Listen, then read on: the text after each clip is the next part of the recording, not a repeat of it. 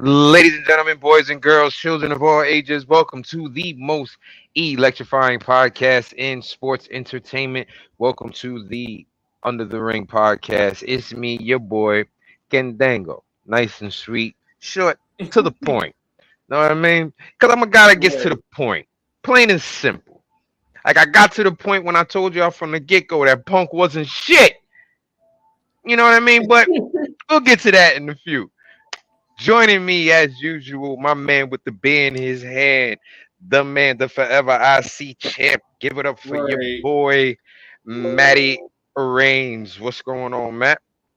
What is good? What's up, UTR fam? It's been a long week, but it's Thursday, so we just got one more day to go. And for those of y'all that got Friday off, y'all are lucky.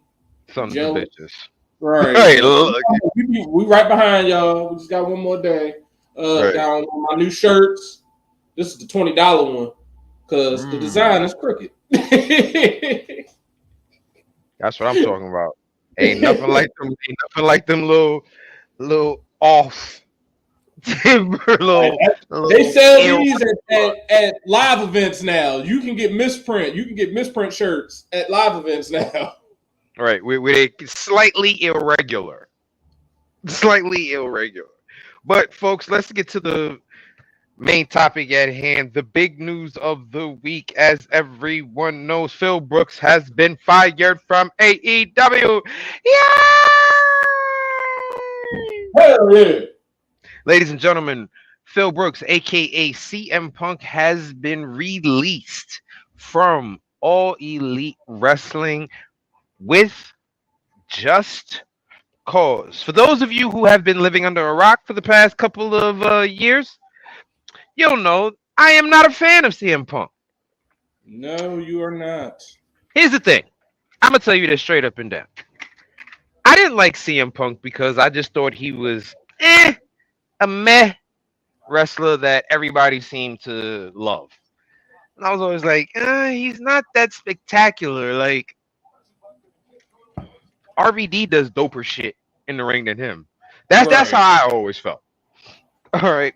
Um, he had fans, so whatever the case may be. I didn't dislike him for any personal reason or nothing like that. I just didn't wasn't feeling him as a wrestler. We all have that Right. one particular person that we just don't feel. Okay. But then as time grew on, CM Punk started turning into an asshole. So my just general just didn't like the dude as a wrestler, then turned to, oh, this guy's a dick. Oh, that's why I didn't like him. Okay, now I see why. CM Punk leaves WWE because he feels he is not getting the attention that he needs. So he goes to AEW where they have an owner who is a huge wrestling fan and who is a huge mark who loves CM Punk. Give CM Punk everything he demands: money, fame, the spotlight, the headline marquee, everything. Is that enough for Mr. Phil? No. He then starts taking shots at management, who is also top wrestlers of the promotion. He calls them out in a scrum that leads to a backstage fight between him and these management folks, the EVPs. Now, he then CM Punk fans then go to say on that how he was egged on by the elite and stuff like that. He then goes on to make remarks about these gentlemen when they are clearly moved on and are not thinking about him anymore, but yet he takes every chance he has to throw shots at them. He throws shots at everyone backstage at the media scrum after the pay per view. Tells the fans it's like working with a bunch of fucking kids in the back. Has the owner looking like a complete retard. Then has an actual another physical confrontation with another wrestler. Right.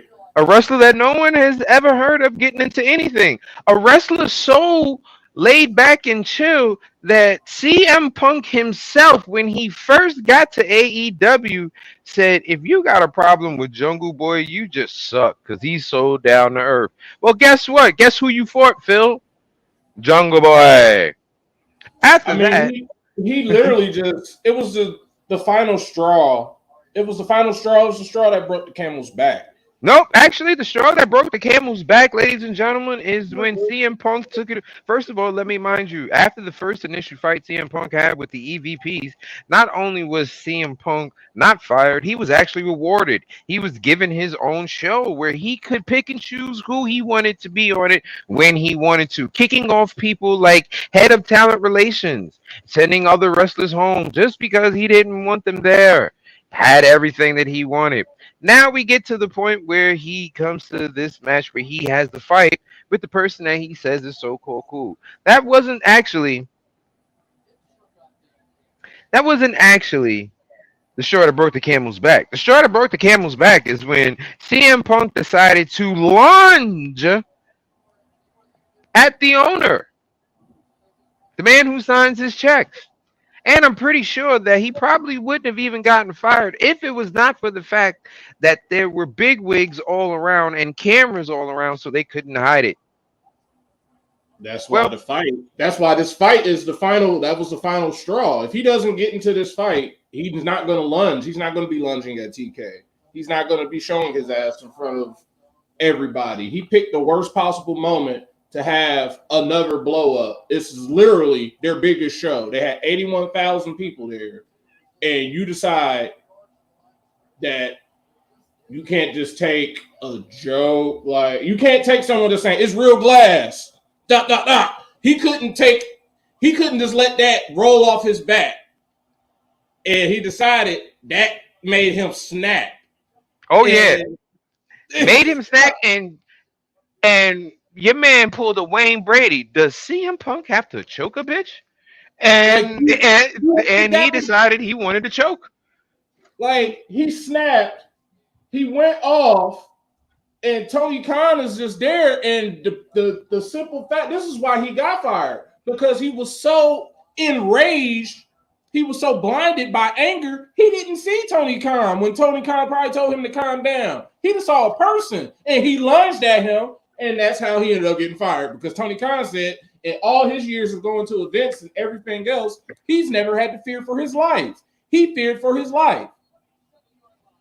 You got the Yeah, owner, you got the person who basically signs your checks, fearing for their life. Yeah, you gone. right. Joining us, ladies and gentlemen, is the man who actually won the prediction championship. Yeah, Joining he us, the retained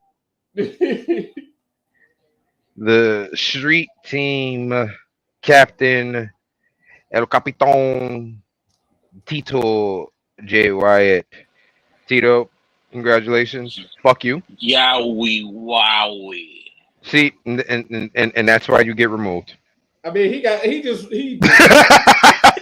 Oh, and you're not. Oh.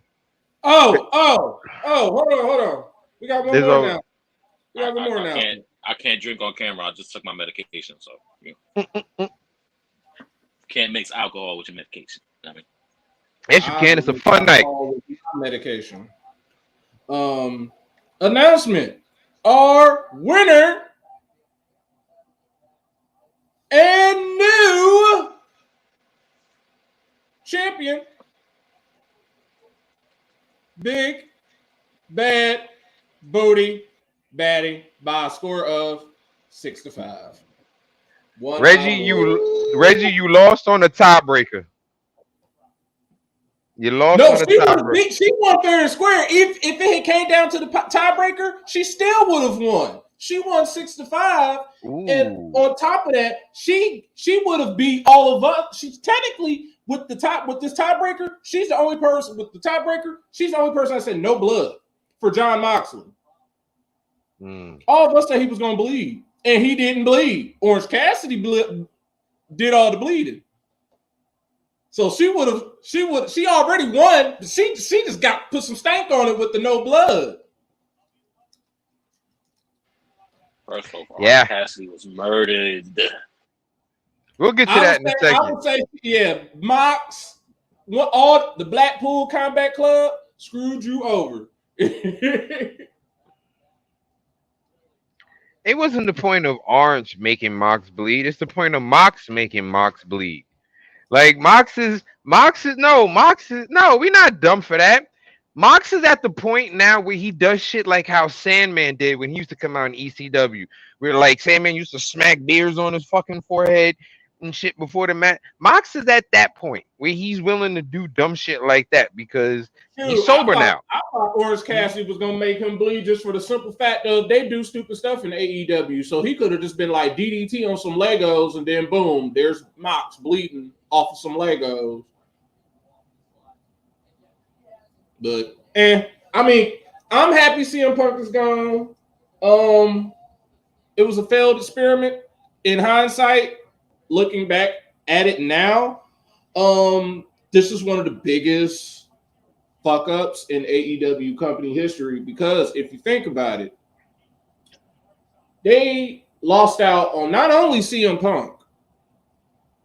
CM Punk is literally the reason why Cody came to WWE. So you lost Cody and you lost the person that you thought was going to be basically his replacement. Replacement, yeah. You ain't got no Cody. You ain't got no Punk. All you got is more headaches. The next Expeditions is tonight. Tonight. So your ass is defending tonight, mamas. But yeah, AEW, I'm glad Tony Khan finally grew a set and decided to let him go. And I'm also glad that it appears there seems to be a new locker room leader who is getting more, I should say, leeway with how he handles things. Brian Danielson. Brian Danielson is now pretty much taking the spot that CM Punk should have had as far as a mentor and shit like that to these younger guys backstage. But like I told y'all when I found out, I said Brian Danielson isn't slick. He saw the opening because TK said all of a sudden Saturdays are much better for him. Yeah, that man he gets to sit at home all week now. He don't got to leave his house until Friday. Right. He's coming in as the cool substitute teacher. CM Punk I called him Mr. Turner. Unfortunately, as much as I want to say this, but we know he ain't really Mr. Feeney. CM Punk is Mr. Feeney. He the old stodgy teacher. Here come Mr. Turner with the leather jacket. Here come Mr. Danielson with the hemp belt and the sweater and the ponytail. Like, what's up, cool kids? So everybody's about to love Mr. Danielson. Hold on, Matt. If Jack Perry hadn't been a bitch. Here's the thing. Everybody's talking about how Jack Perry was a bitch because he said, look, we using real glass. Do you know why Jack Perry even mentioned that? It's because the argument that him and CM Punk had got out in the first place. Yep. I mean, we were all on CM Punk's side because we're like, I mean, yeah, common sense, bro. Right. But the simple fact of it is, it's almost kind of like Jungle Boy knew what was going to happen. Yeah, I know how to push this dude's buttons, and I know, yeah, I'll get in trouble, but guess what? He's going to get fired, not me. And that's what he did. But here's the thing. Jungle Boy has been suspended indefinitely. He don't care about that suspension. He still got his job. If it was brought in public's attention already, yeah. If someone calls you out in public, you not gonna say something to them in public? If you have an argument with somebody behind closed doors and you find out that argument got out of those behind closed doors because the person you had to argue with opened their goddamn mouth, you not gonna scream on that person when you see them in public since they already bought your dirty laundry outside? I don't want to hear that. So I don't want to hear that. I don't want to hear that. They could have even spin that into a rivalry between him and Jungle Boy. Well, none of us knew that they had this conversation. I don't think it was public knowledge about the whole, this is real glass. Then it came out like, they had a conversation. That's not going to go over well as a result of it. But here's the thing, though. It's not AEW leaks because you know why? There's mad shit that goes on in AEW that we don't hear about. Every single last thing that CM Punk did, we heard about. Why? Because CM Punk and his people are the ones leaking it. Hey, no, she is right. AEW does have leaks because we do hear about everything in that company. Like there's literally The two biggest leaks in that company were CM Punk and Tony Khan.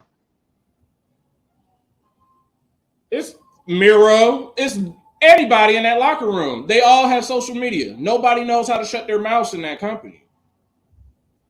There's no reason we should have been able to know that Ace Steel got bit. That Ace Steel got bit by a dog. There's no reason we should have known any of that. A lot of this stuff, even when they have gag orders and stuff that tells them that they can't talk about it, CM Punk still talks about it because CM Punk feels like he's above everybody.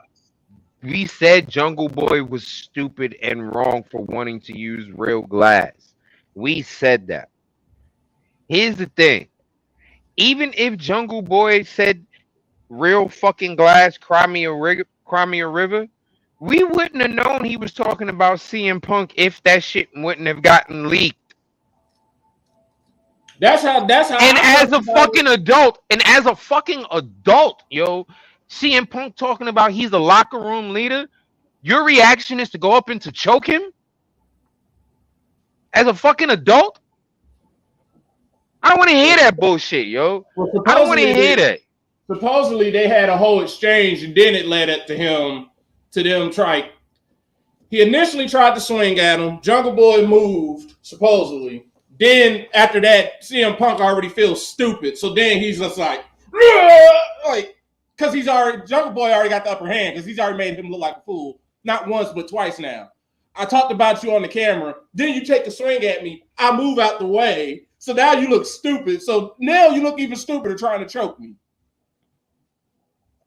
Like he threw strikes to you out instantly. He already had took strike one. He should have just took the high road and left it alone. But CM Punk always has to be right because he's CM Punk. He can never be wrong. And he thought this would be the perfect moment to show that, oh, I'm the authority here. I can be able to throw my weight around. Nope. Now you unemployed again. He basically tried to act like he was an EVP.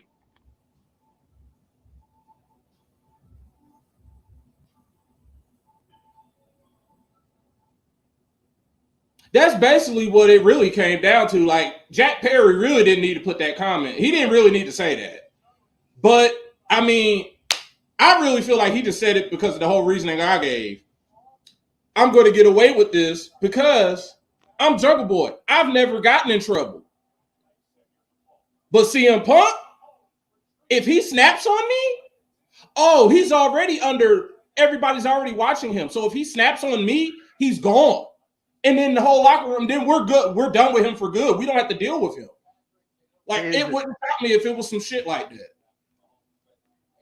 At the end of the day, CM Punk is fired with cause, which means more than likely he probably won't get paid. Okay? Yeah, he's not getting paid. Once you get fired with cause, he's gonna have to go get a lawyer, aka more money that he probably don't got. And then ask them to review a contract. I'm pretty sure Tony Khan got the best lawyers there are. They've already reviewed that contract. And they said, yeah, this is with cause. You can fire him with cause. Tony Khan has the same lawyers that the Jacksonville Jaguars have. So you know. So okay. He's screwed. He's not getting paid. Phil Brooks, like they said it. Like some people was like, is this a word? No, they used the word termination with cause. The head of the company said he felt threatened. Well, there's a reason they let everything slide because coming from WWE where nothing, you couldn't do anything, it seemed like. But now WWE has done a complete 180. And AEW is they're almost like AEW, except they're more structured because they're older. They have more, they know what to do. But they're essentially AEW. They just have better behaved people. They have people with common sense. AEW has a bunch of people that have never really been on TV. Like, a lot of them ain't never been on TV until AEW showed up. And a lot of them act like they should have always been on TV. And that's the thing too. Like there are a lot Yeah, of they got the contract. They're getting paid as if they were. They always say, "Oh, I've always dreamed of being on TV," but you ain't really did anything. You really haven't done much to warrant being on TV. But now you're being paid as if you're like somebody should be wanting to see you. That's why we're having so many people leave AEW. Oh, Sonny Kiss is leaving. This person is gone. This person is gone because they went through signing everybody and their mama. Now they realize, oh, we didn't really need to sign them. Now those people who are leaving, they got a free paycheck out of all that for all this time. Shout out to them. they definitely got a free paycheck, but the sad part is where do a lot of them go after this? They're probably Besides the indies. on the indies, Impact, but mostly these more known indies, the ones that got money. They're probably just trying to get back on WWE's radar. They're probably just going to try and get back. Yeah, that's essentially they're going to try and get on WWE's radar, just like Brian Pillman. I mean, he's already been signed to WWE. We know he's going to be in NXT because he should have always been. He was always an NXT type of person. Sonny Kiss is already back on the indies because he's going to be at House of Glory. See, and the thing about it is, Sonny Kiss. The thing about it is, man, the best place for Sonny Kiss, I think, is Impact. Yeah, because they would let him be his character, be himself, and they would work with that. Whereas WWE does not know how to handle somebody with the personality and the flamboyancy of Sonny Kiss. They don't know how to handle that as far as how to promote him to the public, how to get him out of it, how to get him out there. Because look at Quincy before he said the dumb stuff. But like I said before, he said the dumb stuff. You know what I mean? Before he said the dumb stuff, they didn't know how to promote him and get him out there, or whatever the case may be. So I don't think WWE is the place for him. AEW, as you saw, was not the place for him. Impact, honestly, would be the best place because he can be who he is and actually wrestle. right. You know, right, Reggie. They didn't. Just didn't have. They had too many wrestlers from the get go. They didn't have enough TV time. I mean, they started off with him good, especially with that match against Cody for the TNT belt. But then after that, they just moved him to dark. Because at that point, the original people. At that point they were just trying to get everybody, trying to present everyone. Yeah, Sonny could be a great mid-card champion. He would have been a great AEW. He could have been international champion. He could have been TNT champion. They never followed through once they did anything. Once they did all that, they didn't do anything else with him. Like AEW Dark is cool and all, but it's AEW Dark. Right, with nobody paying attention to that. Like and then they took away his tag team with him and Joey Janela. That really was it. It was like that was the writing on the wall that they didn't have anything else left for him. So, I mean, like you said, Impact would probably be great for him, but I wouldn't be shocked if Sonny ends up showing up in like PWG or somewhere. As long as he ain't coming no NWA because that place is garbage. Hot garbage. Super hot garbage. Hot garbage. But let's get into. Hold on, I remember we talked about AEW. You're right. Well, here's the thing with Bryan Danielson at the Realm and Collision. We'll probably see a lot more of those wrestlers that we didn't get a chance to see because you know him. He loves putting people over and he loves putting stuff together. So we might. Yeah, I was saying AEW had too many people on their roster when they only had 2 hours of television. They still had too many. They had too many people on their roster when they had their first fucking show, their first paper. They got a TV deal, and then they had, we have Dynamite. All right, you still have like 50 people for a 2-hour show. You only have 2 hours to present all these people. Then it became, hey, we have Rampage. All right, You now have an extra hour. Congratulations. To still showcase 50 people. Then it became, oh, we're doing Saturday nights. Oh, we're going to split the roster. Listen, AEW, when AEW was announced as a company, the first week we saw like 25 signings. The first week of them announcing themselves being a company. But we digress because this initial segment was about Phil Brooks getting fired, ladies and gentlemen. Bravo He's to the folks at gone. AEW. He's Bravo. gone. And the soft brand split that was happening is gone. It's now the Bryan Danielson show. He's the new cool substitute teacher. And I always just equate this to when Poochie died on The Simpsons, when they wrote Poochie off on Itchy and Scratchy. Poochie died. He went to his home planet and he died. That's what happened to Punk. That never happened. Like if AEW was around 10 years from now, this will be a moment where people will be like, "Hey, I remember when they had CM Punk." Oh yeah, damn. Yeah, I remember when they made that fuck up. I sure did. But let's get to these pay-per-views that Tito won by fucking tie. Right. And I tied both times. I finished second place. Both times. This punk ass motherfucker won both times. Let's start off with Payback. Payback was pretty goddamn good, yo. Payback was good. I can't. Good as hell for a old school Saturday night. It didn't start at 7 o'clock. They made you sit there at 8, and did it end at 10:30? No. It was an old school Vince McMahon long ass pay-per-view, but it was a good ass pay-per-view.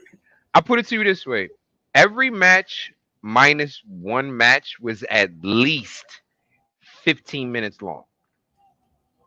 And needed to be that long too.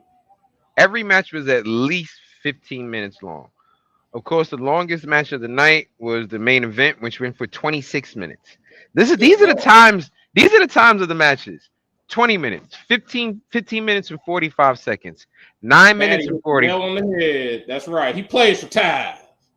9 minutes and 45 seconds, 20 minutes and 45 seconds, 17 minutes and 20 seconds, 26 minutes and 5 seconds. Yo, these were some long ass matches, but they didn't feel that way. They really didn't feel that way until maybe one. One of them did feel a little bit that way. It was like, all right, y'all can end this right now. Right. I think we all know which one it was. First matchup, Becky Lynch defeated Trish Stratus by pinfall in a 20-minute steel cage matchup. They showed us why that proved why this match couldn't be at SummerSlam. They also Trish, I will give you credit. I will give you credit as being one of the best female wrestlers ever. Because you have never been in a cage match. Yeah, she gotta be. She solidified her goatness because she came out of retirement to do a match she's never done. Right. 2 matches she's never done. Ladder, she did Money in the Bank, fell off the ladder, died off the ladder. Doing all that. Trish Stratus came back to do all the matches that were not available to her when she was on the roster. And you know what, Trish? Bravo, because you have been excelling in these matches. I thought you were going to look real raggedy and rusty for being out the ring too long. Like Lita. Yeah. But Trish, no, you have been doing your thing. In the 20-minute matchup, as I stated, Becky Lynch defeated Trish by pinfall. Great match. If you want to see a good female steel cage match where there's not a lot of blood, not a lot of too much going on, this is a good one. Right. This is a good one. And Patrick Mahomes threw for another damn touchdown, Matt. Of course. Another damn touchdown. That's all right. I got Aaron Rodgers just waiting on Monday night. Next matchup. LA Knight defeated Miz by pinfall with John Cena as the special guest referee. Do, do, do, do.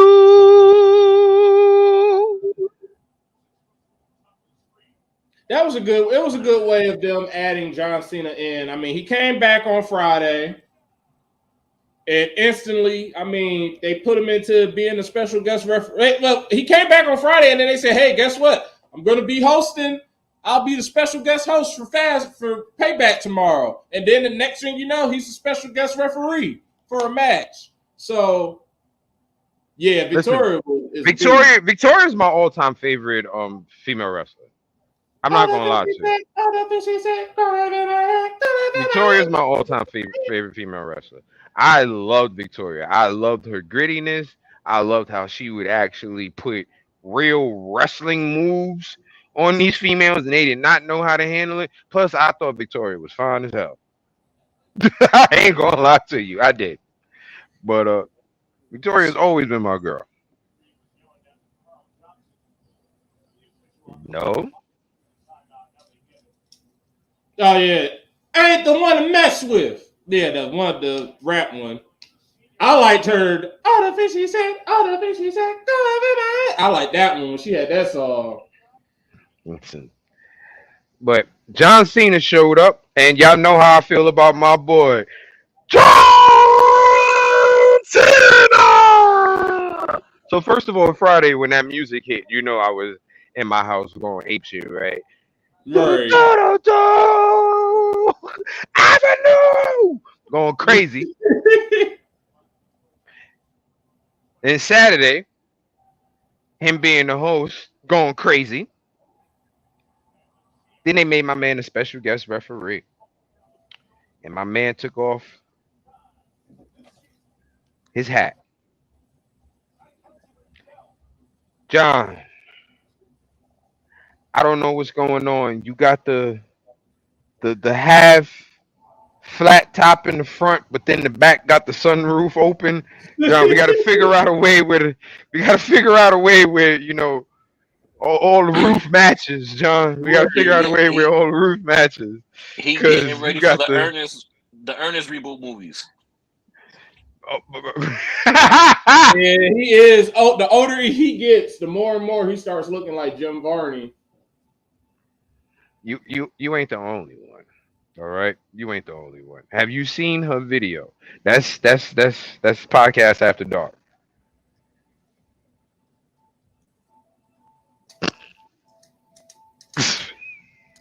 LeBron got it done, and he messed it up. He's not going to get it fully done until he retires.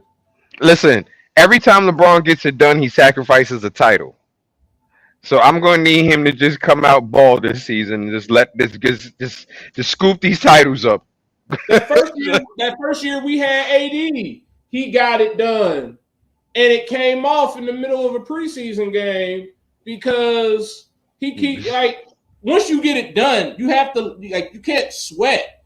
And it's like, bruh, you're LeBron James. You're trying to work out, play basketball games and shit. Like, you gotta fit.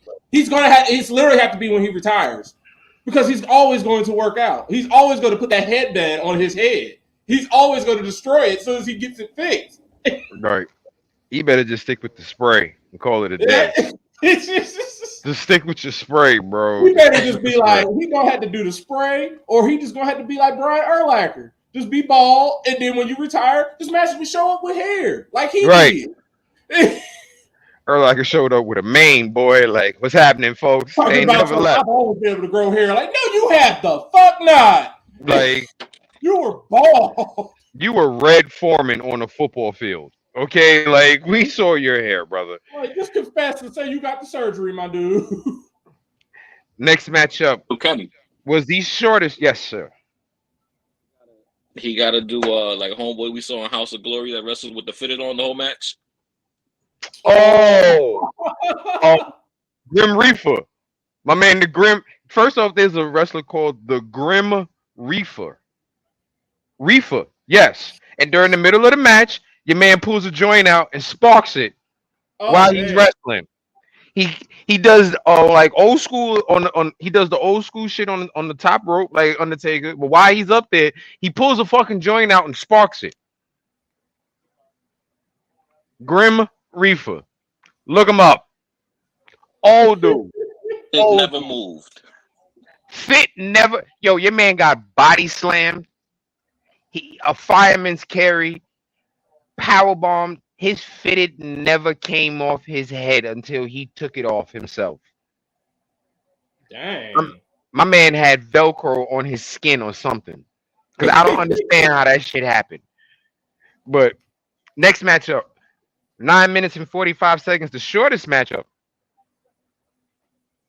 Rey Mysterio defeated Austin Theory. Yeah, that's all I have to say about that.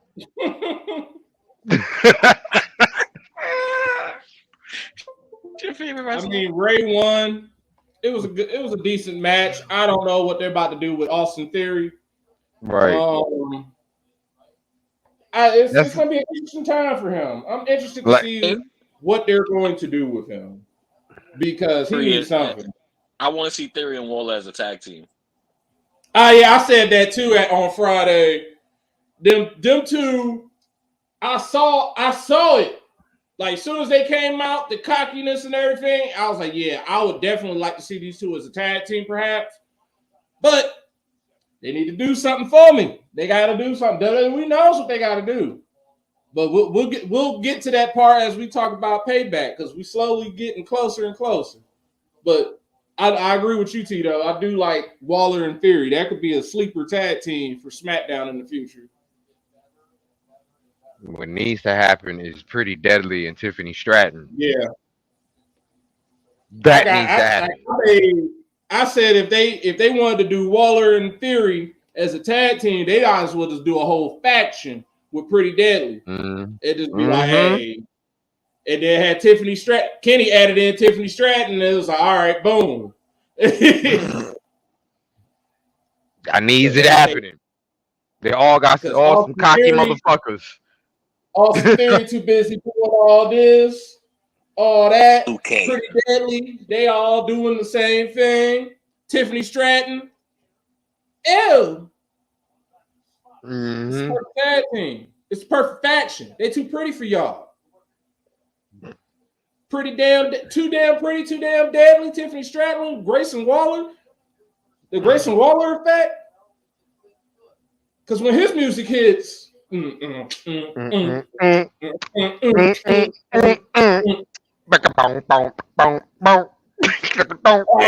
the music that makes you hate him.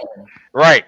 Bouncing around and all that. Oh, come on now. That's the perfect faction. They would literally be the main roster equivalent of Metaphor. Really would. Really would.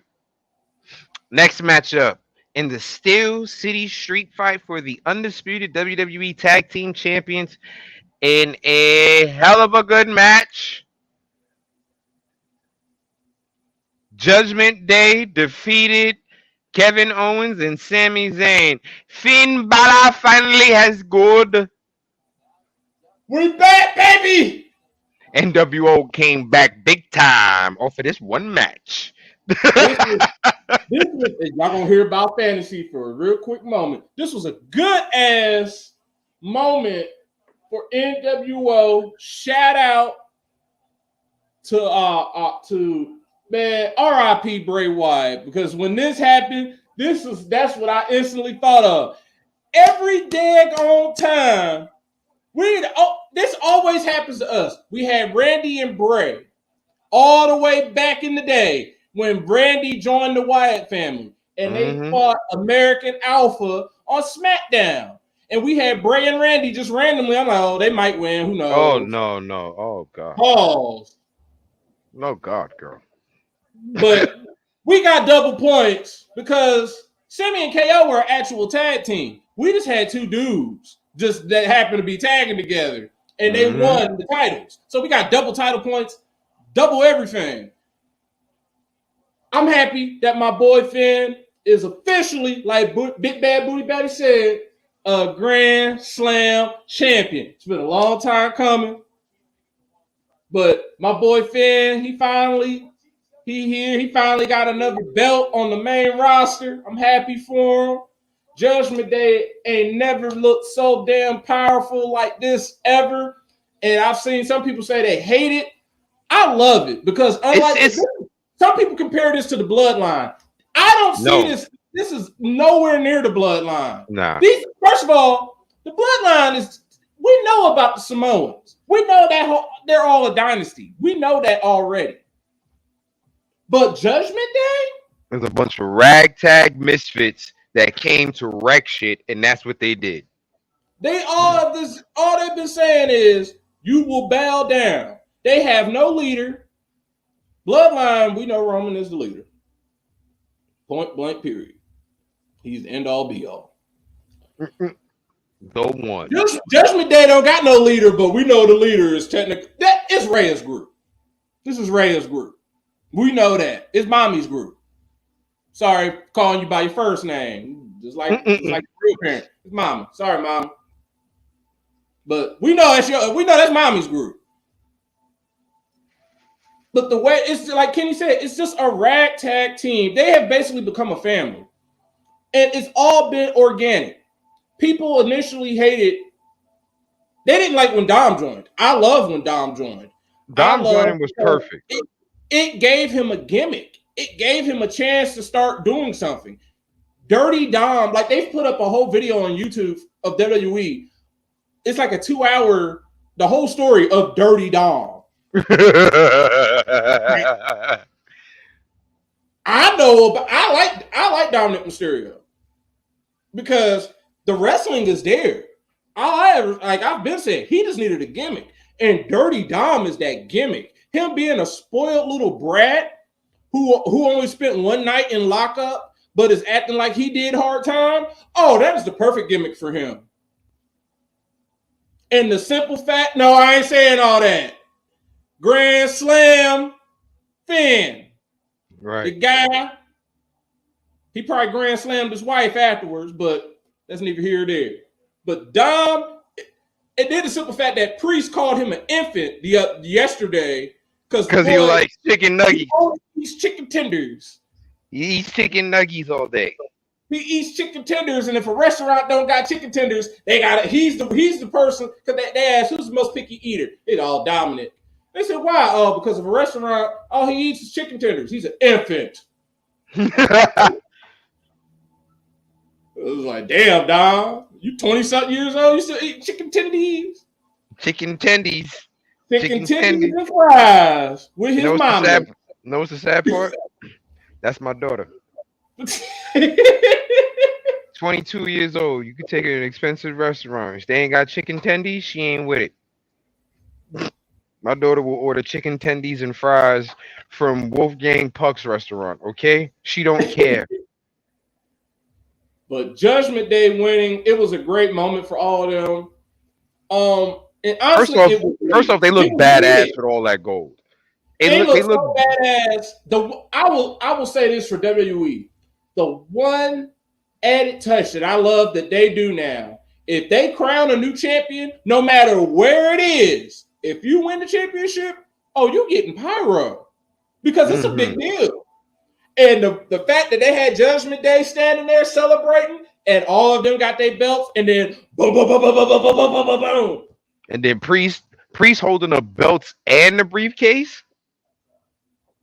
And then he got a new briefcase. Senor Money in the Bank briefcase.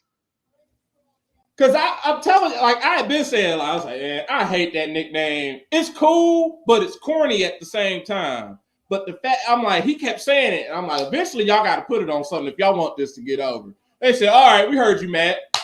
Boom, we're going to put it on the briefcase. y'all going to call him Senor Money in the Bank. And we are calling that man Senor Money in the Bank. They gave, because, and honestly, it was needed because that green briefcase didn't look right. with all Honestly, the backing for them. here's the thing, and honestly, that briefcase needed to be changed for the simple fact Yeah. is it won the belt as well because it was that hit from Dominic with that briefcase on Sammy that gave Finn the pin. I mean, you got Judgment Day. They walking around. Everybody looking badass. They already look badass anyway. But you got Priest walking around with 2 belts around his neck. Got the briefcase next to him. Finn got his leather jacket on. Got his 2 belts. Then they got their little associate member, Baby Finn, JD Madonna. But I mean, at this point, Who they did died at Payback? they did what needed to be done at Payback because like a lot of people are saying. I saw some people saying, I don't like that they got the belts off of Sammy and KO. Okay, when was the last time Sammy and KO actually defended those titles since WrestleMania? They won at WrestleMania and didn't do anything else because they've been hurt. Like, in order for anything else to happen, those belts they were either going to have to lose those belts or they were just going to keep fighting. But like, if they kept fighting, they weren't going to get any healthier. If they get rid of the belts, they could at least disappear off screen now. Like, we literally didn't see KO for weeks, and then he magically popped up in the last 2 weeks. Here's the thing. It did because they were hurt. Sammy and KO kind of should have lost to the Usos. They should have lost those belts back to the Usos. They held on to those belts way too long. They've had those belts since WrestleMania and only had maybe about 2 or 3 title defenses. But we've seen them in a bunch of singles matches and other type of tag matches, 6-man matches. Because they ain't been healthy. Right, because they're not healthy. And Sammy's elbow was about this big 2 weeks ago.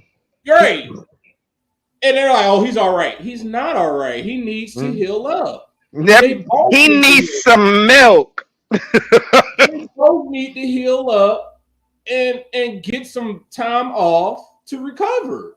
Just to be able to breathe.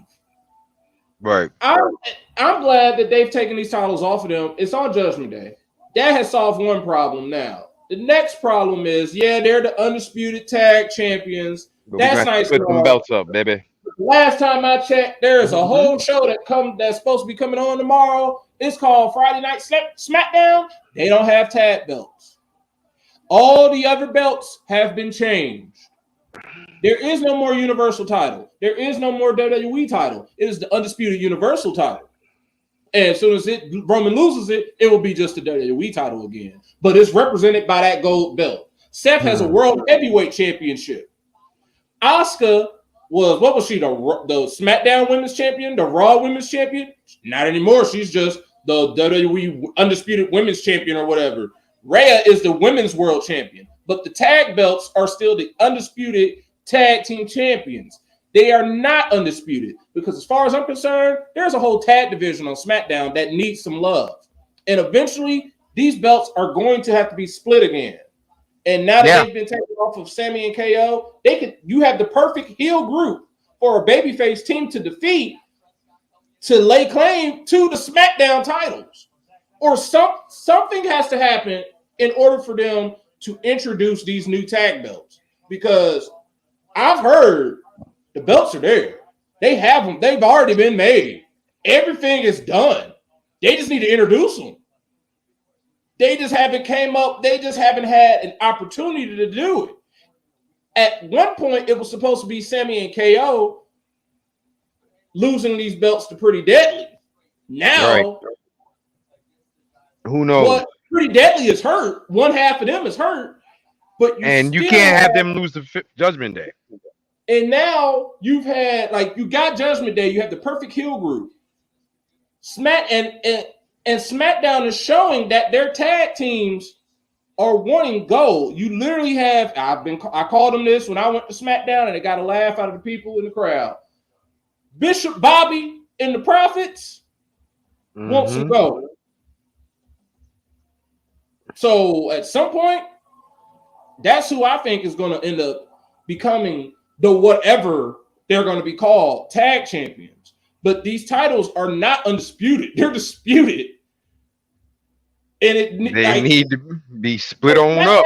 Love. Let's finish going through this card. Right after Finn Balor and Priest won their gold, Rhea Ripley defeated Raquel Rodriguez because she likes to say her R's way. She likes to roll her R's way too much for her name, Rodriguez, for no reason. The back attack. All right, Raquel Rodriguez rolls her R's way too much.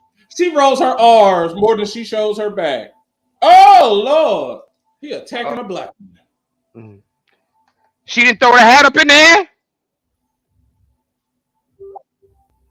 She didn't throw a hat up in there. That's how we didn't know. Magically appear.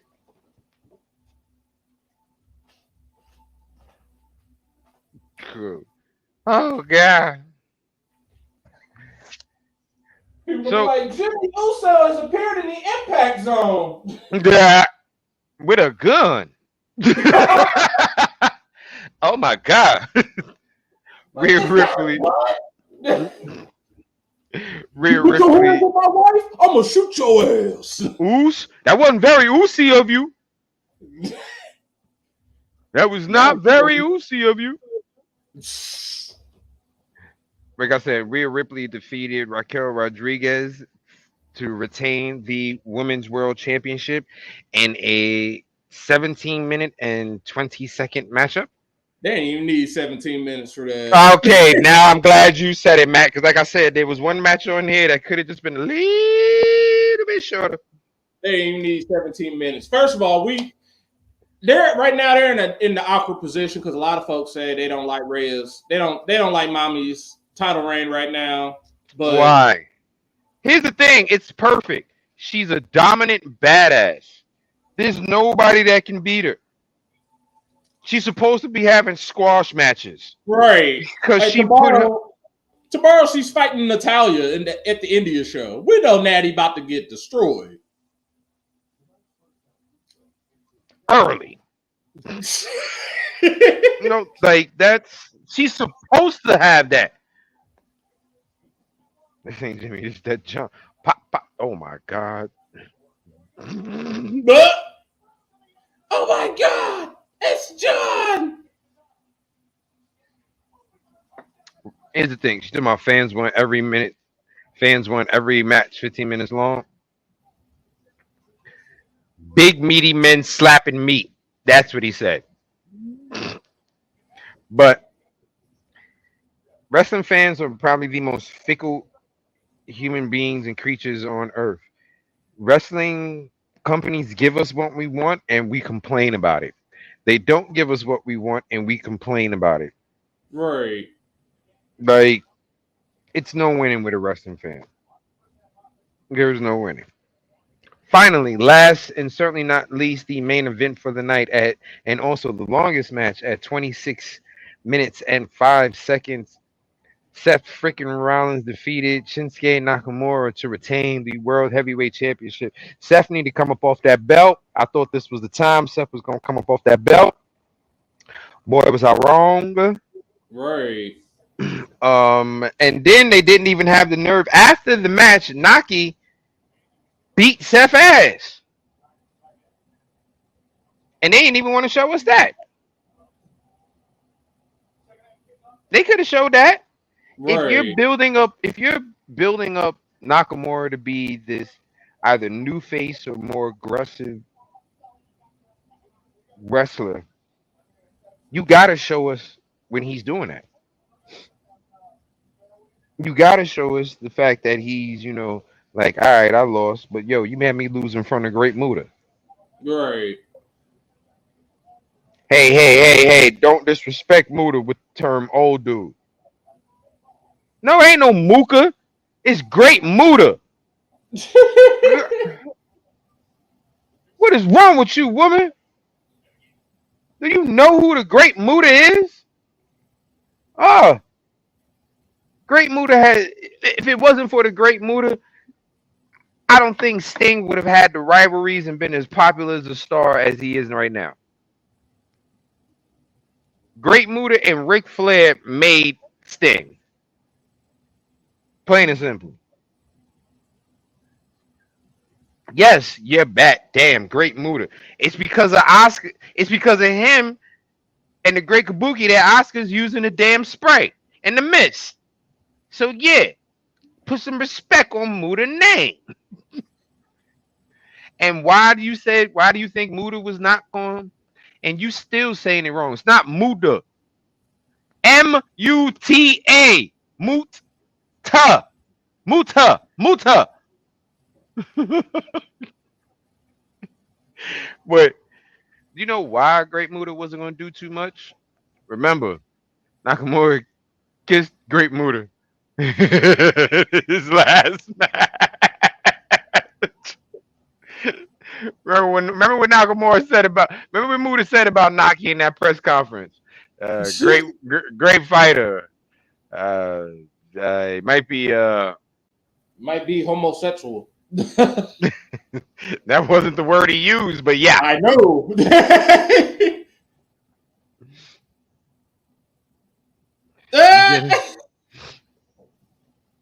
Take it, Reggie. Yeah. Take it. Seth won. I thought it was gonna be Naki's time too, but it wasn't. It's we're all ready for the title. We're all ready for this title change. We really are. They're doing a good job because even though he won, they kind of just stayed back looking at Seth, and they're playing up the fact that Seth's back is really screwed up. So I can smell that title change. It's gonna happen. Should have happened. It should have been. It should have happened because I mean Nakamura jumped him. They ended up putting it as a video afterwards, but Nakamura because they went off the air and that was just it. We were waiting on Nakamura to jump him, and then Nakamura didn't jump him until after the credits went off. It's gonna happen, but I honestly feel like this would have been the perfect time for. Yeah, you can ask us. This would have been the perfect time to have Nakamura win and then have Damian Priest cash in. But yeah, we'll see. I feel this Seth title reign. I don't think we're going into Survivor. We might go into Survivor Series. I hope not. Just because of the proximity for somebody to cash in on him, just for Priest to cash in on him. But his time, like his days, are numbered as world heavyweight champion. I think they need to be. Like, don't get me wrong. Y'all know I enjoy my boy Seth freaking Rollins, visionary. But it's about time, Seth. It's about time. You did it. You did it justice. As the first person to hold it. Now he's been a good first champion. It's time for transition it, baby. 2, 3, 4, 5. Everybody else. Okay, so stop saying this dude, right? His birthday coming up, and he likes so shoot again. So I figured I'd get him one. Okay, but which one? Y'all play games, right? Call of Duty. Let's get Call of Duty. Can't go wrong with the COD, baby. Can't go wrong with COD. Or if you know what system he got, just buy him a gift card to their store, and he can buy whatever he wants. That's actually the best thing to do. Buy the gift card to that store, so that way, whatever he's into, more than likely he plays like 2K and all of that shit too. He might be into those shooting games, but he probably plays 2K and all of that. So if you, get him some money on the for the station. Get him some money for the station. That way he can use it for every game that he has. Because he's gonna need to make in-game purchases more than likely. So just get him a card for the station. Man, 2K comes out at midnight. I'm pretty sure I'm like definitely officially retired from 2K. I still got a PS4, but I mean I'm not even all that good at 2K no more, all like that. But I read something where it was saying like because they got VC on there, it takes like 140,000 VC to get your person to like 80 now. I'm like, oh hell no! Oh no! Oh no! Oh no! No! And now they have it to where it apparently, if you go on the PlayStation, if you go on PlayStation Store, it can show you where how much money you spent on each game, and people were going on their old 2Ks and seeing that they spent basically like 6 months house. worth of rent. Yeah. They had spent like rent money on just improving their player. And then the next year they had to do it all over again. That's been my biggest pet peeve with 2K. I get my player, I get him for 2K23, and then 2K24 comes out, and I gotta make a whole new person again. He better transfer the fuck over. He don't get the transfer over. He's just stuck on 2K23. And now I gotta spend all this money to make my dude good again on 2K24. Then you gotta do it all over again for 25 and 26. No. I give up. Big time. Right. All right, now let's talk about the other pay-per-view that we had for the weekend. AEW's All Out. Another good ass pay-per-view. It was a good ass pay-per-view, but I do feel that All Out could have been a Dynamite with a name. I do feel like All Out could have been like Winter is Coming or something like that. And it's mainly because they just put on a super show the week before. I think that's something they're going to have to figure out. Since this was their first year, I think next year they'll probably. This year they just got screwed over because they had that happen, then they had CM Punk happen, and both of those happening just made it just awkward. Right. Well, we're sitting up in Chicago, they chanting CM Punk. It was like, yeah, he's fired. He gone. He gone. Okay. They yelling at Tony Khan like like it don't make a difference. He gone. Calling him a pussy. All types of shit. But the first matchup for the night was the over budget charity battle royal. First of all, this name was so bootleg. Right. Over budget charity battle royal. The winner of the battle royal got to donate 50,000 to whatever charity they wanted to. Right. Of course, the winner, Hangman Page. Damn right. Which is exactly the way it should have went. Like, other than that, I really didn't see anybody else wearing that shit. Right. It kind of was. It was going to be screwed. Honestly, they probably need to do one pay-per-view, have a week in between, then do the next pay-per-view. It's stupid to do two in a row because nobody is going to be able to recover. He's doing it like Batty just said. He's doing it next year too. Right. Next year will probably be better because logistically they'll probably have it more worked out. There will be no CM Punk, so nobody will be randomly. One of your biggest stars will not just be randomly getting fired the day before the pay-per-view because it was going to be Ricky Starks and CM Punk. Then they teased Ricky the Dragon Steamboat. Then it became Bryan Danielson. Listen, I'm just happy that they're not. No, I'm not even happy about that because they are. They're going to do it again. The show started. I will say for whichever was this, All In, All Out, whichever one it is. All Out.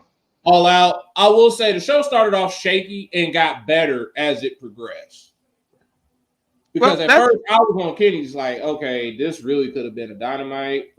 But that main event really, those last few matches kind of gave us the pay-per-view quality that we were looking for. Yeah. Well, it really was it started at the Starks and Danielson match. Yep.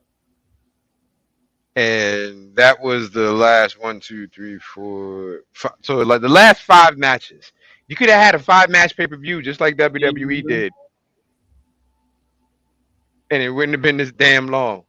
So, like I said, first matchup was over the budget charity battle royal that Hangman Adam Page won. Next matchup was a 6 woman tag team match with Sheeta, Willow Nightingale, and Sky Blue defeating Athena, Mercedes Martinez, and Diamante. Okay. It was okay. Right. It was okay. 6 man tag team championship for the AEW Trios Championship. The Acclaim, Anthony Bones and Matt Caster with Daddy Ass defeated Jeff Jarrett, Jeff Jarrett, Satnam Singh, who is a big motherfucker, yo, And that's it. He and just Jay Lethal. But Satnam Singh, that's a big. He's just big for right. no damn reason. Big, just gorilla-ish. Just.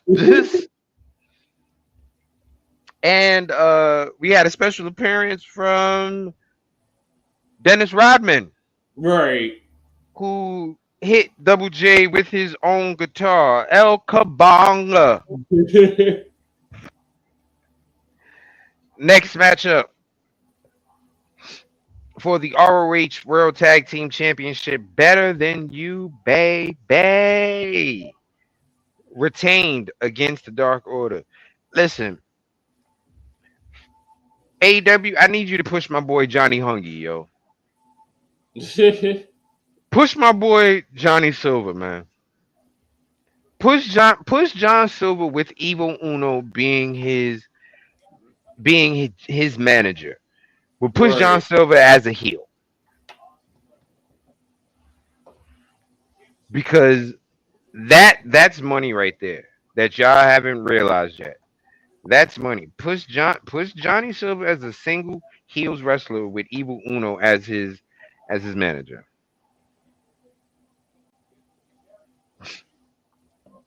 Yo, that's on them if they don't understand the El Kabong. You get hit with a guitar, ain't no other noise it's gonna make but kabong. Plain and simple. Next matchup. This matchup right here had I was disappointed by this matchup. And I was really, really, really okay. Patrick Mahomes just threw a pick six. That'll bring his Good. rating down. Whole lot. I was really, really, really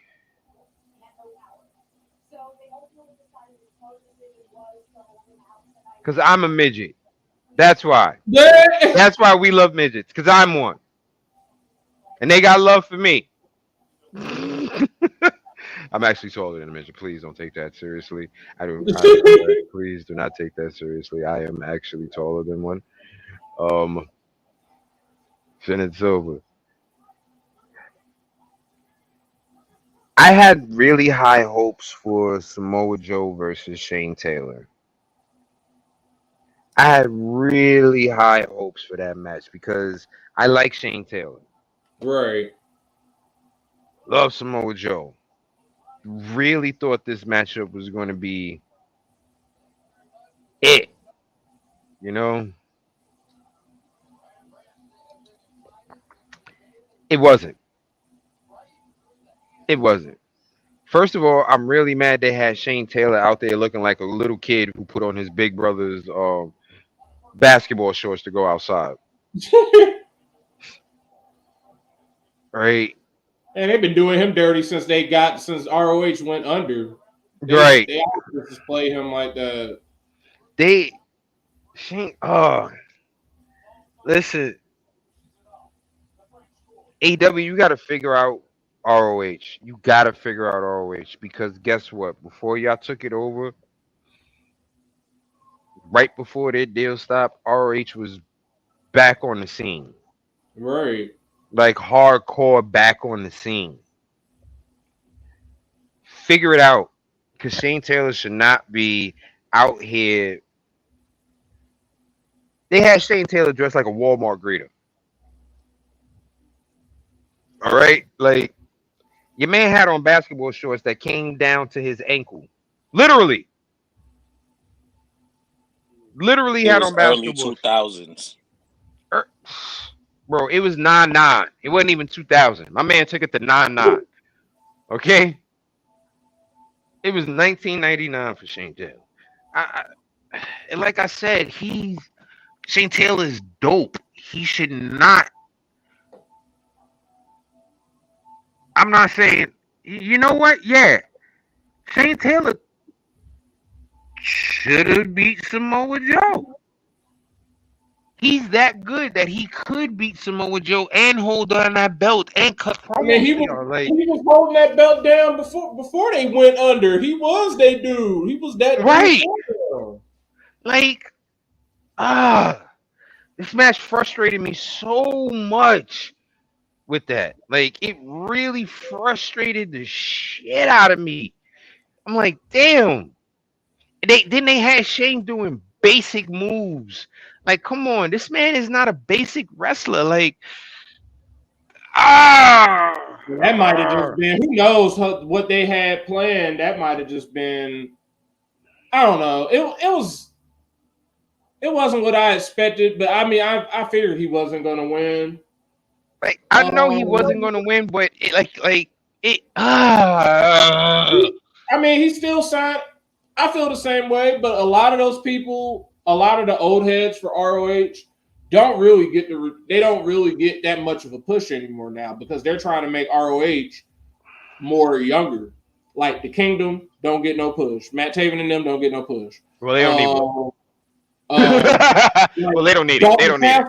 Dalton Castle always loses for the most part. That was another thing. My man Dalton Castle appeared in the battle royal with the boys. All right, Dalton Like Castle got to start winning. Like all of those old head ROH, the people that basically carried ROH until they went under, until they disappeared, they're not really being pushed. I feel like the only people that would have honestly been pushed would have been the Briscoes. Which That's is probably sad. the people that would have pushed. Which is sad. Them. They weren't going to put. They're not going to push Dalton Castle. They might push. They push Shane Taylor just for him to lose to Samoa Joe. But I still have hope for Shane Taylor. But a lot of them, like the Kingdom, they're not going to get nothing. Dalton Castle's not going to get anything. No one who's left ROH has really done anything. Look at Gresh. Gresh hasn't gotten anything. I mean, they got Roddy. Roddy left, and we were all geeked when he showed up, and he's not doing nothing. He's with the Kingdom. He's whining, being a salty little bitch. Actually, the only person from ROH who's doing something joined ROH later, and that was because he was in that pure tournament. Wheeler Yuta. Yeah. That's it. That's it. Wheeler Yuta's the only person that was a part of that ROH who got bought. Right. That's actually doing something. Because all the champions for ROH right now are former ROH people who went other places and got famous. Mm-hmm. And Claudio is their champion. He's definitely he went to WWE and came back. And what is he doing with the belt? Nothing. Nothing. That feud with Eddie again. They just need to just get it over with and either have Eddie lose or just have Eddie become their champion. They need to figure something out. I like this thought right here. Shane Taylor should be in the Eddie Kingston position. I like that. Walking around with a chip on his shoulder, with people saying that he can't make it and shit like that, and he finally does it. I like that idea. Shane Taylor really should pull that Eddie Kingston.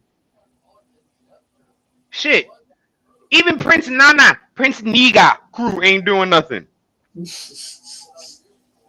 Yeah, Prince Nana just dared to swerve when I drive, swerve when I drive. Now I That's ain't all gonna he front. there for. My son Nana be getting it when that song on, boy. Swerve when I drive. My son Nana be getting it like, hey. That's the only time. That's when I get geeked out. Oh yeah, it's time for Prince Nana to come out. Right. I don't know who got a better. When I when I drop. I Have don't know who got somebody. a better. I don't know who got a better dance, Nana or my man Daniel Garcia.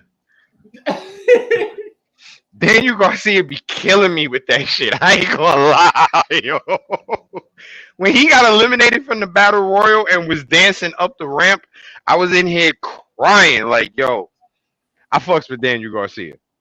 I fucks with my man, yo.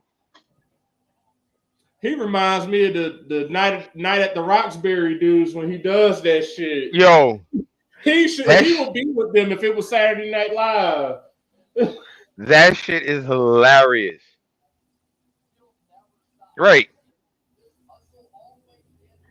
Yes, we have heard the Gun Club rap, and I've said this in the chat. The Gun Club's rap is 5 times better than Swerve's.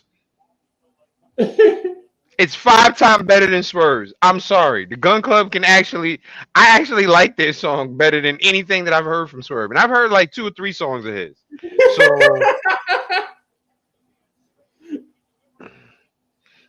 like, Swerve, okay, he all right, but he alright. He ain't no badass Billy Gunn kid, but you know what I mean. He alright. You know what I mean. He be alright. But next matchup, uh, Luchasaurus defeated Darby Allin. We knew that was going to happen. This could have been right. on Dynamite. Um, yes, excuse you. Yes, the Federline brothers. You are absolutely right. You are absolutely right. I like their song better than I like Swerve's. Yes. Yes. Yes, I do. Yes, I do. And I don't care. Next match that could have been definitely on a Dynamite Collision. Better yet, a Rampage. Miro defeated Powerhouse Hobbs. That could have been on Rampage. Yeah, that really could have been. And we all knew Miro was going to win. Then they Right. decided to have Lana, a.k.a. CJ Perry, show up, which I really didn't give a shit about. Not 2 shits. Next match, which could have been on a Dynamite. Chris Statlander defending Ruby Soho. Whoop-de-doo. She got screwed over by Tony Storm. Alrighty. Yeah, that's exactly what Miro versus Powerhouse Hobb was. That was two big meaty men. Says that. Yeah, that was 2 big meaty men slapping meats. Right. They owe Big E some money. They damn sure. That's exactly what that was. All right. Now here's where the pay-per-view starts getting good. Bryan Danielson defeated Ricky Starks in a no disqualification strap match. Mm-hmm. Good fucking Lord. Okay. Yeah, we heard the meat. We heard the chants. I know why you're digging Tony Storm's character, bro. It's the same reason every male is digging Tony Storm's character. Okay? She's dressed up like a pinup right now. Plain and simple, bro. Plain and simple. Let's keep it a whole 100. She's dressed up like a pinup, and the cheeks is out, and watch for the shoe. Yo, that shit is hilarious. The watch for the shoot, that shit is hilarious. But Bryan Danielson defeated Ricky Starks. First off, it was a goddamn bloodbath. Right. A goddamn bloodbath. Okay. Danielson bleeds like Ric Flair in the 80s. Okay.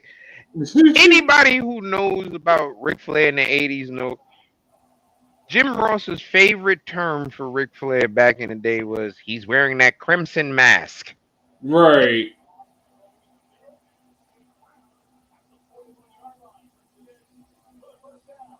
And Not Marilyn Manson. that's why I stopped for a second. I was like, wait, whoa, what? That's honestly why I stopped for a second. Then she corrected herself. That's basically, but yeah, that's spot on description, basically. Right. She's just a old movie star So with a big booty. during the scrum, Danielson admitted that because everybody was wondering how the hell he came back so quick from his injury. Was he safe to come back? And Danielson admitted Ricky Starks carried him through the match. Ricky Starks is that guy, AEW. Stop playing. Stop playing. Yo, listen. That right there. He. He. But in 22 minutes and 40 seconds, we saw blood, sweat, tears, and honestly, even though we said it before, this should be the coming of Ricky Starks. Right. Listen, first of all, Ricky Starks is my dude. The music. Dun, dun, dun, dun, dun, dun, dun, dun, dun, dun, dun, dun, dun, dun, dun. Come on now. That's my joint right there. Make it the Ricky Starks show. They probably will. And the next matchup, which was a damn good matchup, too. Claudio and Yuta, Blackpool Combat Club defeated Eddie Kingston and my boy Shibata.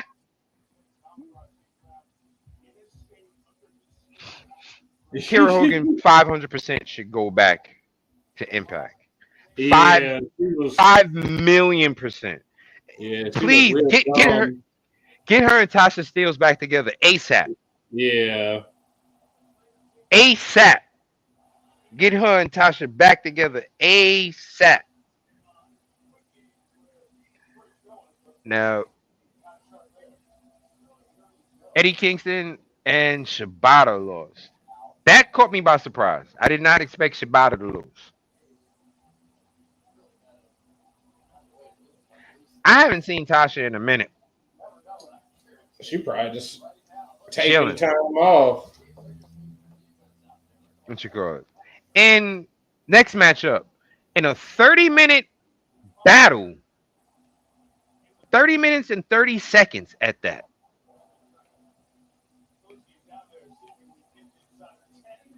30 minutes, 30 seconds, the longest matchup of the night. Wasn't even the main event. Take a shitter. Beat Omega. I was definitely shocked. But that was a good ass match. That was a good ass match. That just shows you how much faith they have in Take a Shitter. Yeah. That shows they have a lot of faith in him. He's up next. Right. He's that dude. They had him beat Omega. They had him get 2 pinfalls over Omega in a row. Right. First in that trios match, and then Takabaka. Takabaka take a shitter all the same itter. They love them some anything with an ends in the utter. Right. In it.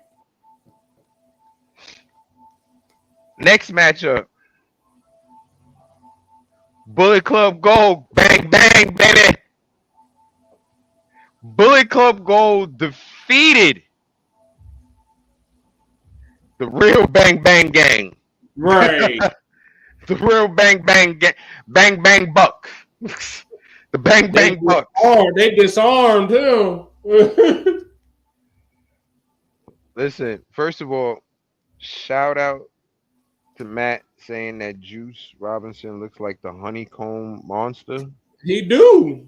Because that's all I can see now when I look at that man. And it's absolutely hysterical.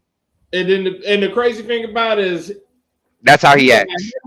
you got Marilyn Monroe and the honeycomb dude waking up next to each other. Right. Bravo to Juice. Go ahead, Juice. I ain't even mad at you, brother. I ain't even mad at you. My man Juice. What you call it from Rocket Power. Grew up. And last but not least, in a hell of a match to end a hell of a run for a hell of a man, John Moxley defeated Orange Cassidy clean. He sure did. Defeated Orange Cassidy and no blood from Mox. That was a good ass match. Like I Shot legitimately felt bad for Orange Cassidy after he lost because I'm like, dang, this dude, like he worked really his ass lost. off. He really lost because I didn't think he was gonna lose because he any other time he wins. But Orange Cassidy worked his ass off. I think they said he had like 32 defenses of that fucking belt Yeah, in that time frame that he had it. like That man was banged up. it was the perfect way to end the pay per view. Like they ended the pay per view, like you saw Mox and them celebrating, but it was like, bro, this is a war, and you just like to see that crowd, that Chicago crowd, giving Orange Cassidy a standing ovation while he was there was just heartwarming because it's like give him his flowers because he has literally done everything. He's been Excuse me. his title reign lasted all of CM Punk's tenure.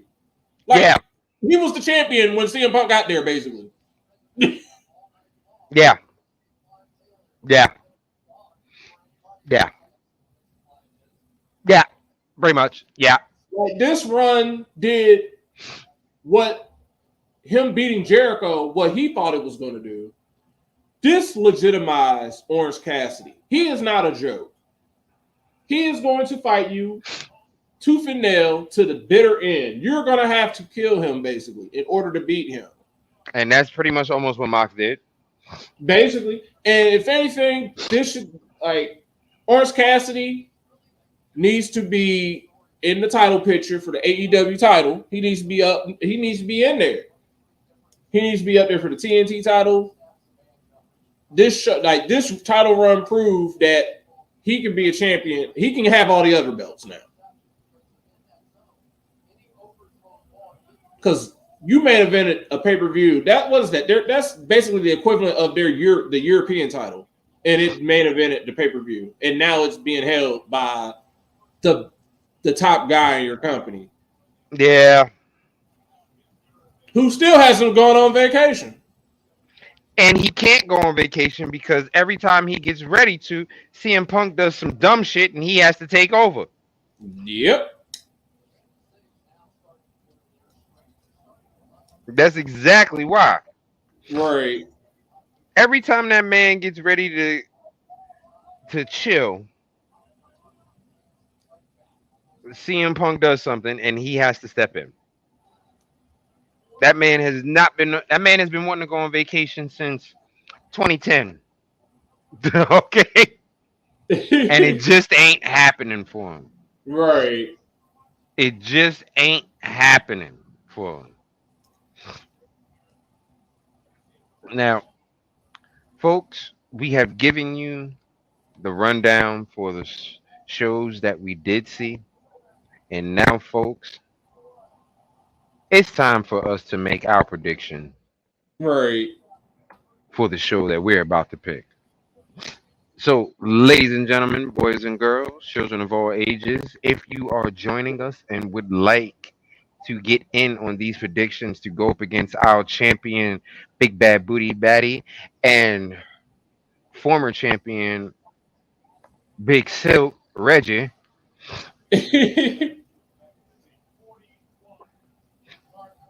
Big Silk Nerd. Reggie.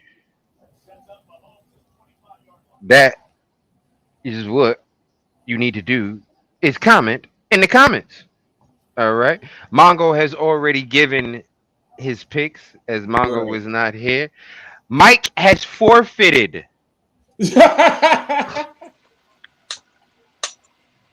Mike has forfeited because his ass ain't here. Yep. Just delete that on. Just delete that shit. Just on like that. There we go. There we go. There we go. All right. First matchup of the night is going to be. Oh. Oh That's what they shit, have it on Reggie. Wikipedia. Who knows what it's gonna Oh, really oh well, be? god damn. Right. Mongo is actually doing very well. Mongo was scheduled to have surgery and it was pushed back a little bit, not for any health reasons, but because the doctor wanted to be available for him during his entire recovery period. So we like Mongo's new doctor because Mongo's new Right. doctor is doing something that a lot of other doctors have not done, and that is give us hope that Mongo can pretty much get back to his old self. You know, so we actually like Mongo's new doctor. That's right, folks. Here at the podcast, we are not just a bunch of dudes who just talk wrestling with each other. We are an actual family. We know about each other's lives. We really do. Okay. We know about each other's lives. Now, the first matchup, singles matchup for the Impact Knockouts World Championship. We have the champion Trinity versus Alicia Edwards. Is there anyone here not going Trinity?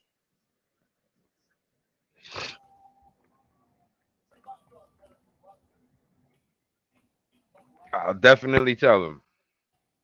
Oh, Mongo says nigga 4 times a day in the chat. No, he don't.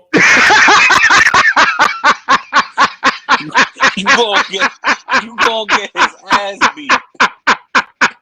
You see how quick I said that? She gonna pull up on Mongo in the hospital and hit him with the bed. Oh my god! No, he Oh my god! don't. No, he He don't, yo. don't. Oh He my don't. god, yo. Yo, that was hilarious. Listen, first of all, I don't think Mongo even knows how to spell that word, okay? Mongo would Mongo would rather jump in front of a bus before he would ever say dumb shit like that. So don't ever worry about that. Okay? All right, Mongo. Mongo was one of the few people you will never have to worry about in life ever saying something like He that. ain't Okay, stupid. He ain't gonna say that right? word. Never, never. But it was funny the way it just came out so naturally. I ain't gonna lie, that was funny. And your reaction, he what? And Matt, no, you don't. No, you don't. No, you don't. You ain't getting my boy killed. You ain't getting my boy killed. He already defeated COVID. He is not about to get killed by baddie. Right. She gonna roll up in the hospital like she Austin and hit him with the bedpan. Listen, No. yo. Nah, Margo would never. Margo would never. But that was just hilariously funny. So everybody's going Trinity. I feel. Right. Yeah, Batty got Trinity. Mongo got feeling the glow. Yeah, everybody's going Trinity. So that match, scratch that, scratch that. All right, next matchup. Here's where it gets a little interesting.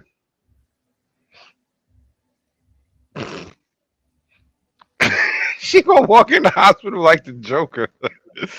Mongo, don't do Mongo like that. He don't do nothing like that. Mongo don't deserve that. Mongo don't deserve that. Now, next matchup. Here's where it gets interesting.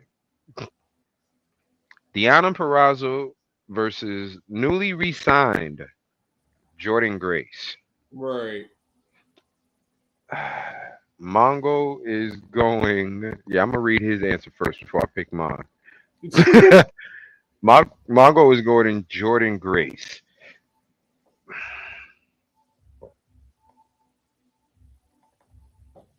I'm going Jordan Grace as well. All right. Uh, I'm gonna go Grace too, but I'm on the fence. Right. Because I I'm feel gonna like go. I'm gonna go Grace, just because when it actually counts for the title, Jordan Grace hasn't beat Deonna Purrazzo. Mm. but at the same time, Perazzo's been on a losing streak and she's trying to rebuild herself. But Jordan Grace just re-signed a deal and has been gone for a little bit. Right. That's what makes this match so I have no idea.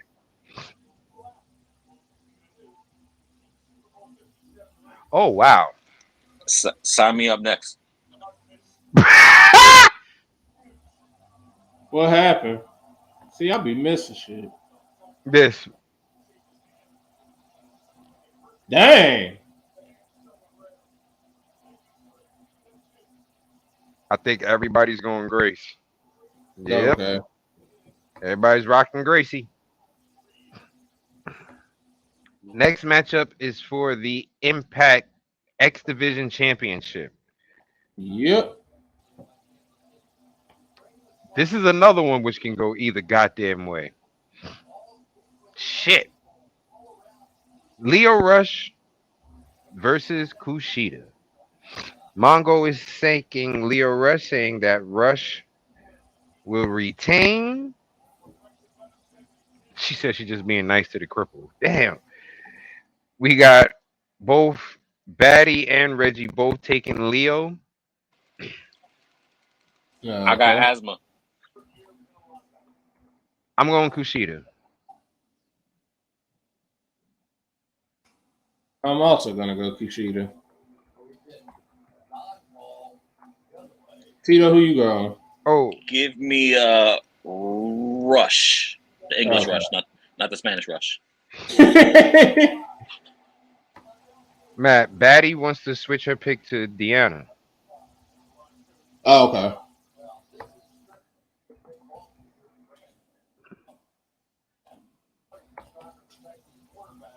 Next matchup is for the Impact World Tag Team Championships.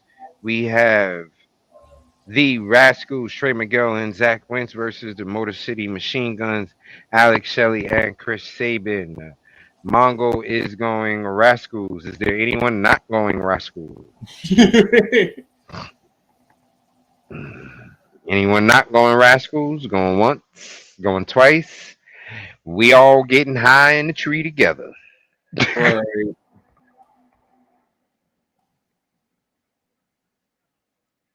Oh, wait.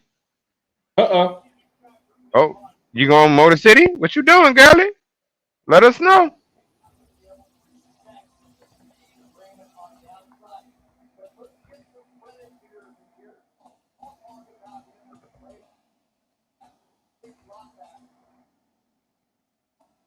Shelly ain't defending the belt because I don't know. This is the equivalent of NXT Heat Wave. Right.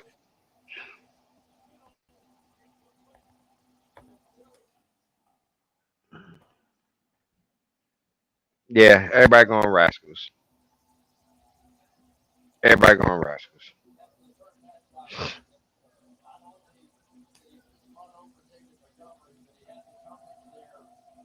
All right. Next matchup.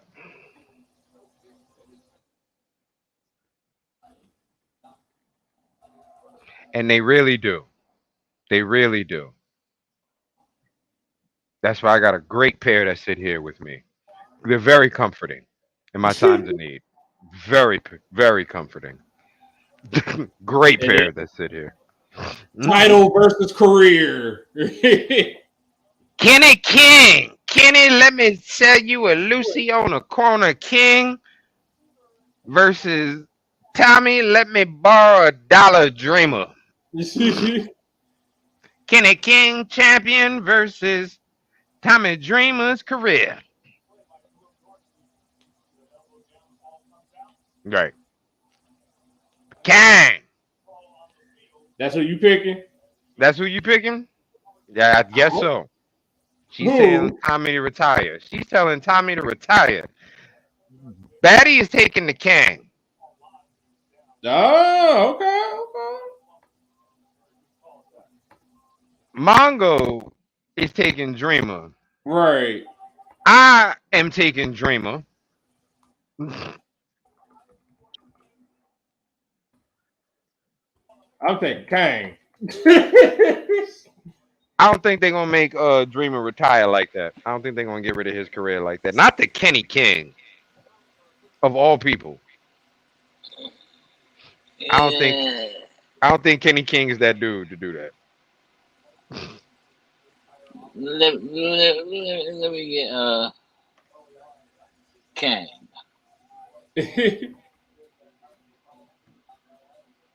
You sound like one of the dudes on 125th. uh, Puppy, got $1. Reggie is taking Dreamer as well.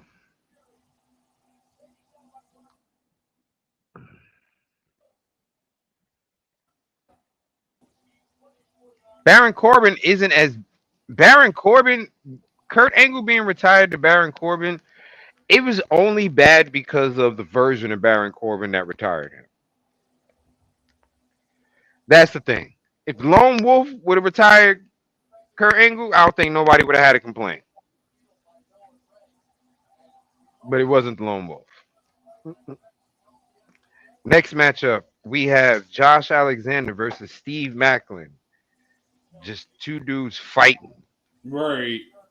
Just two dudes just straight fighting. It could have been Jason Jordan, but unfortunately, Jason Jordan's neck was no longer available. Already hurt then. Right. He was already done for by then. Josh Alexander versus Steve Macklin. Mongo was taking Macklin. I am also taking Macklin. I'm gonna take Josh.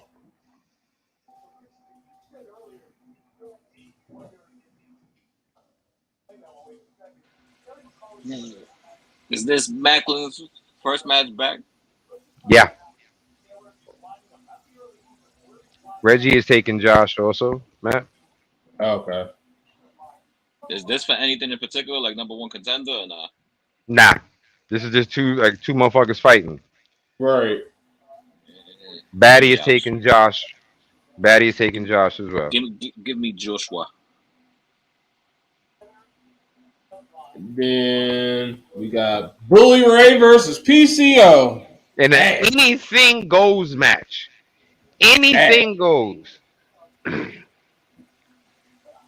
Mongo is going with damn near every pick I pick.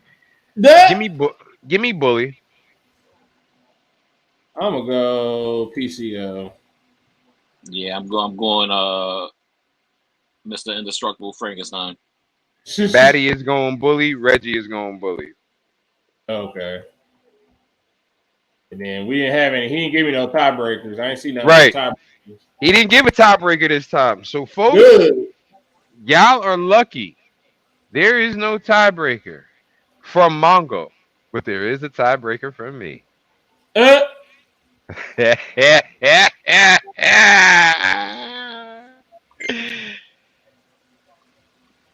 Margo said something. Oh, shit. Here we go. He said, "Oh no." He said, "Oh, I got tiebreakers." Oh, Mongo got tiebreakers. Ladies and gentlemen, Mongo is watching this damn show. And, of course, as soon as I said I want to make up a tiebreaker, he's like, no. We ain't letting your crazy ass make up none. No. Here's what the Kevin Hart knows in the chat. No. Out of nowhere, this nigga. Right. Mongo is just a beach ass nigga. He will not let me make tiebreakers. Just out of nowhere, I was just like, "Oh no!" Like, what you mean? Like, "Oh no!" Then I keep reading it. He's like, "Oh, I got tiebreakers." I'm like, "Oh, my bad." Folks, give us a second. We're waiting on Mongo to Yeah, let us know his he tiebreaker.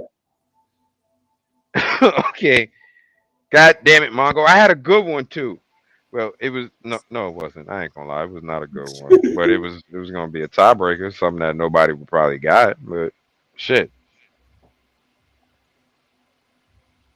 come on, Mongo.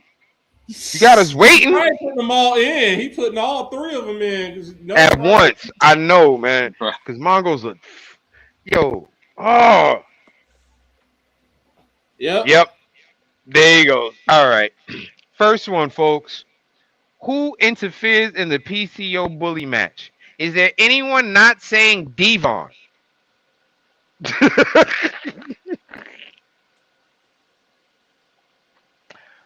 Okay. Next question. Yeah, Mongo watching with his punk ass. He always watching. You think Mongo is really going to leave me in charge unsupervised? Nope. If I was in charge unsupervised, this podcast would have got banned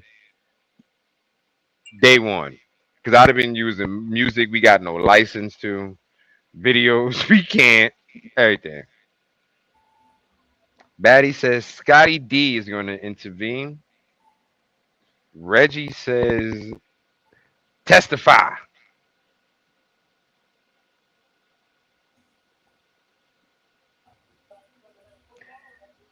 Next tiebreaker. How long does Alicia last against Trinity? Damn, he didn't say how long is the matchup. He said how long before Trinity just beats the shit out of her. That's Right. basically what he's saying. Batty is changing her pick to PCO. Right. Oh, okay. Wait.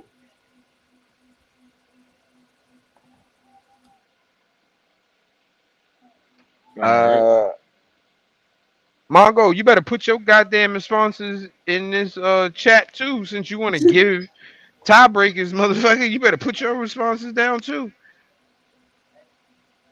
Batty says Alicia 6 minutes and 30 seconds. Reggie says 8 minutes. This is Impact. They like to give a lot of time for dumb matches. I'm gonna go 10 minutes even.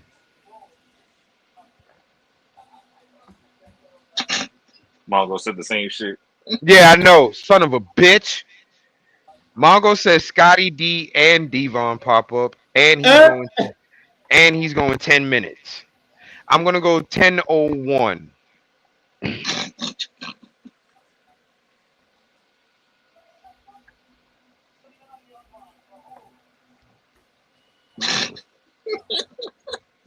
I'm He going said 10 minutes, he one changed his second. shit. He changed his shit to 8:24. 9:59. Wait, and now he puts 9 minutes and 59 seconds. Then give me back my 10 minutes. He take nine. I give me back my 10 minutes.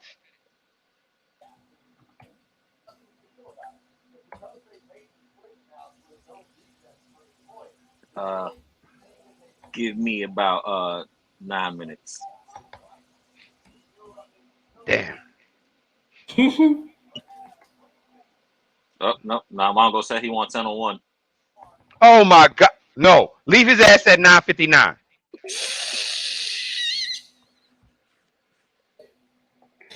10 minutes and 1 second. You rat bastard. Last goddamn question, and we all gonna say yes. Does Mickey James return? Yes.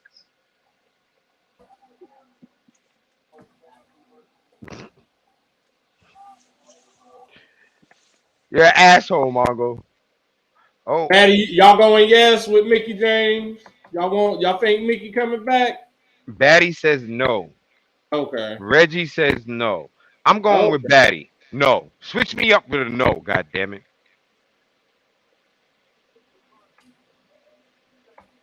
I'm going with Batty on this one. That's what I'm doing. As a matter of fact, let me look at this shit, because as of right now, it's a good possibility I could.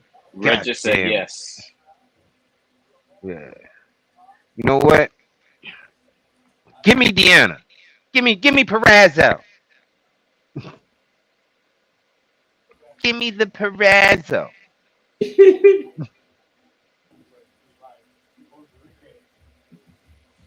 Yeah, that'll help me lose big. Perfect. Let me go ahead and save it. Boom, save. I remember Matt. God damn it. Then I What? won't have to What? look at it again until it's time for the actual show tomorrow. They Oh, whoa, whoa, whoa. changed it to no. Okay. Reggie said change his to no, and then she called Reggie a bitch. Oh damn. Well, God Right. damn. Hey, yo, Matt, we just got another point. Kicker just kicked another field goal. Good. I need all the points I can get. Right. And she said, fine, change hers to yes. She's saying Mickey. So they're switching. Reggie's saying no. She's saying yeah to Mickey. You gonna switch yours, Kenny? Hell no. Okay.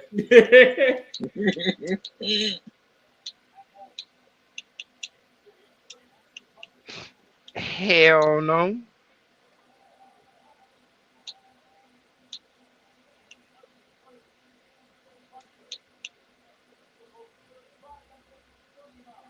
All right, folks.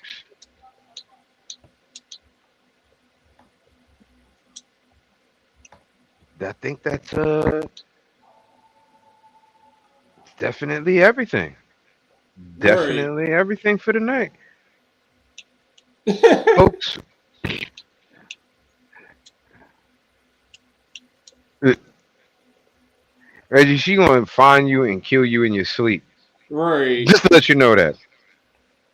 Folks, don't forget to follow us at facebook.com/ under the ring pod and twitch.tv/ under the ring pod. Don't forget we air every Thursday around 8:45 ish. 8:45. Follow the damn page. If you follow the page, then you'll know exactly when we come on. You can set your little alarm and everything. You can just say alert me when when show starts, and Right. you get a little boom, let you know when we are up out of here. Right. Damn, Reggie. Damn, Reggie. You don't even get that. That's terrible. Mm. That's terrible, Reggie. Mm-mm-mm. And don't forget, folks, you can also follow us at Linktree / Under the Ring Pod. There you'll see our boy, the man, the myth, the legend, Mr. Greg Bush, SK. Folks, Greg is an amazing writer. He may not be able to talk right now, but he can definitely write as he loves to talk shit to us through our chats. Go Right. follow his page. Go give that man his clicks because you're missing out on some great wrestling information and stories by not reading his articles. For real. Then you got somebody who likes to bullshit around and repost crazy shit I see. That's me, Rock Ribs. Then you got the man that always has something to talk about, whether it be political, whether it be around the way, everything. Our boy, Mr. Freshbeard, the man with the beer in his hand and who knows every Laker master plan. Our boy, the right answer. Folks, Matt is a sports guru. He knows just about almost every goddamn sport there is. And can tell you about at least 6 people from each starting lineup from every damn team from every sport. That's crazy because I can't even do that. All right. Then we got our man, the captain of the street team, Bordio Mariente. This man is out there making sure New York City runs properly. And bullshit. Right. They still run late. They still run late. It But ain't the too man Ain't much shit that to though. do with me. Oh boy, the man who has got our name out here in these streets ringing bells, Bordio Mariente, and of course our special correspondent who is down there in the Georgia writing those articles that you need to know about our boy Justin D. Baxley. Folks, thank you for joining us. No, you will not. No one no Discord sound. Mm-mm. That was us. Thank you for joining us, folks. As I said, you can always catch us here Same time, same place. Going out there. Have a good one, folks. Join us next week. Enjoy it, baby. Hey, I do the dog. I do the dog. Hey, I do the dog. Hey, I do the dog. Hey, I do the dog. For my man Mike. Bitch. good weekend, y'all.